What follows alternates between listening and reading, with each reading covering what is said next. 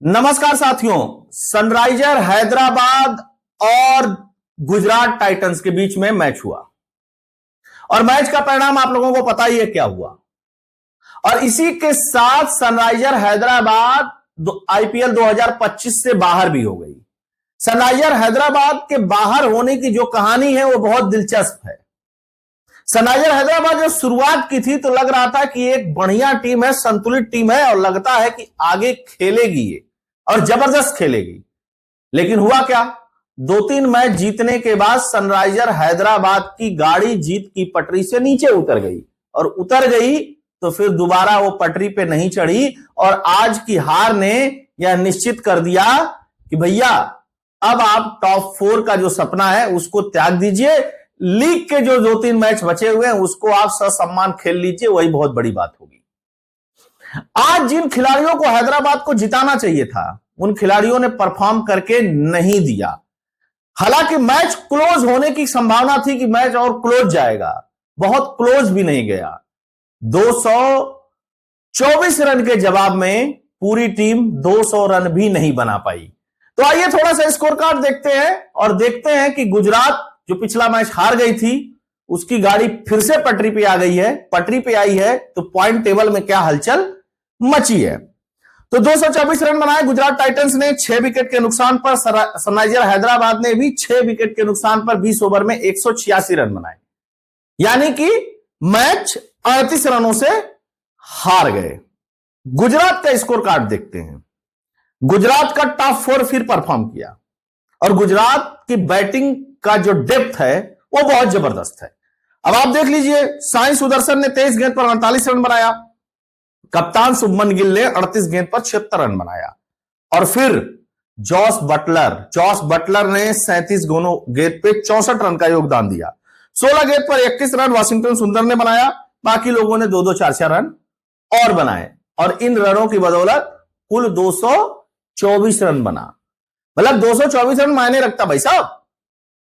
बॉलरों की अगर बात की जाए सनराइजर हैदराबाद की तो जयदेव उनडकट ने जरूर 4 ओवर में 35 रन देकर के 3 विकेट लिए। बाकी जितने भी बॉलर थे, चाहे वो मोहम्मद शमी हो, चाहे पैट कमिंस हो, चाहे हर्षल पटेल हो, सबको मार लगी। अब पैट कमिंस जैसा बॉलर, मोहम्मद शमी जैसा बॉलर, हर्षल पटेल जैसा बॉलर होने के बावजूद भी अगर 224 रन आप पिटाते हो भैया तो आप हारने के लिए ही बने हो, इस बात को मान लेना।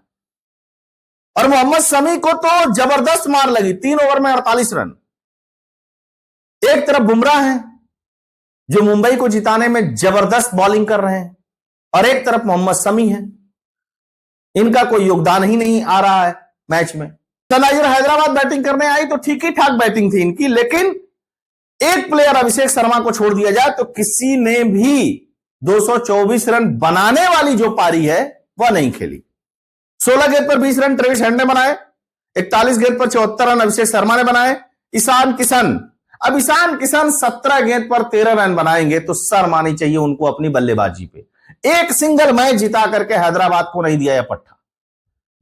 ऊपर से तुर्रम क्या है, अब पैसा आ जाता है तमाम, तो फिर उसके बाद एटीट्यूड आ जाता है, एटीट्यूड आ जाता है तो खेलने की क्या जरूरत है, अगली बार फिर बिक जाएंगे, कोई ना कोई फ्रेंचाइजी खरीद ही लेगी, नहीं तो बीसीसीआई का पैसा आ ही रहा है, क्या दिक्कत है। जब आप इतने बड़े खिलाड़ी हैं, युवा हैं, आपको मंच मिला हुआ है, पूरा देश देखता है तो आपको परफॉर्म करना चाहिए। बहुत ही डिसअपॉइंटिंग किया है ईशान किशन ने इस पूरे टूर्नामेंट के अंदर। नीतीश रेड्डी ने 10 गेंद पर 21 रन बनाए और 10 गेंद पर 19 रन पैट कमिंस ने बनाए। आखिरी में बहुत कोशिश किया लेकिन उस कोशिश का कोई बहुत मतलब नहीं था, अदरवाइज ये भी 184 रन बनते हुए दिखाई नहीं दे रहे थे। कप्तानी बहुत बेकार थी कमिंस की, जिस तरीके से कप्तानी होनी चाहिए थी सनराइजर हैदराबाद की वो कमिंस के कप्तानी में दिखी ही नहीं। रीजन था कि कभी किसी खिलाड़ी को किसी डाउन पे, कभी किसी खिलाड़ी को किसी डाउन पे खिला देते थे। हार का प्रेशर इतना था इनके ऊपर कि बॉलिंग लाइनअप में भी हमेशा बदलाव करना, इस बॉलर को नहीं खिलाएंगे, अब इसको लाएंगे, इसको पहले फेंकाएंगे, इसको बाद में फेंकाएंगे। यह भी एक बड़ा कारण रहा।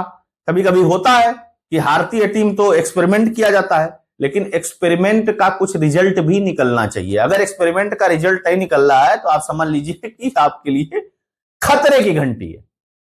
गुजरात 14 पॉइंट लेकर के नंबर 2 पे पहुंच गई है। अब मुंबई आरसीबी, गुजरात, दिल्ली और पंजाब, इन्हीं लोगों में सारी फाइट दिखाई दे रही है। क्योंकि 3 टीमें तो ऑफिशियली बाहर हो गई।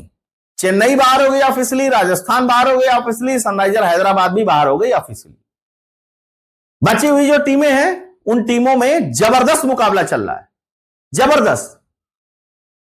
और वो इस तरीके का मुकाबला है कि पॉइंट टेबल में अगर आप देखेंगे तो आपको समझ में आ जाएगा। अब 3 टीमों के 14-14 पॉइंट हो गए, 7-7 मैच जीत चुकी हैं। खेला है एक मुंबई ने 11 मैच, बाकी 2 टीमों ने 10-10 मैच खेला है।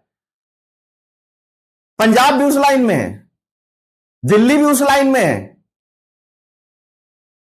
अब कोई भी टीम नहीं चाहेगी कि वो अगला मैच हारे। टॉप की जो 3 टीमें जिनके 14-14 पॉइंट है वो चाहेंगे कि अगला मैच वो जीत के कम से कम नंबर 4 में अपनी स्थिति को सुनिश्चित कर लें। जो टीम 8 मैच जीतेगी, आप मान करके चलिएगा लब्बुलुआ वो खेलेगी, अगर ठीक ठाक रन स्कोर है तो वो टॉप 4 में खेलेगी। ये गणित है आईपीएल का। बाकी अब वो वाला गणित नहीं हो गया कि अब ये वाला हारेगी तो ये वाला जीतेगी, ये वाला जीतेगी तो ये वाला हारेगी। तो नीचे की सारी टीमों का जो 3-4 टीमें हैं, कोलकाता का भी, स्थिति अब यह नहीं है कि ये लोग टूर्नामेंट में आगे बढ़ने की स्थिति में, टॉप 4 में पहुंचने की स्थिति में है। लेकिन भाई साहब जबरदस्त बैटिंग किया गुजरात ने, और बैटिंग किया भी तो विश्व के टॉप बॉलरों के सामने बैटिंग किया, यह बहुत महत्वपूर्ण था।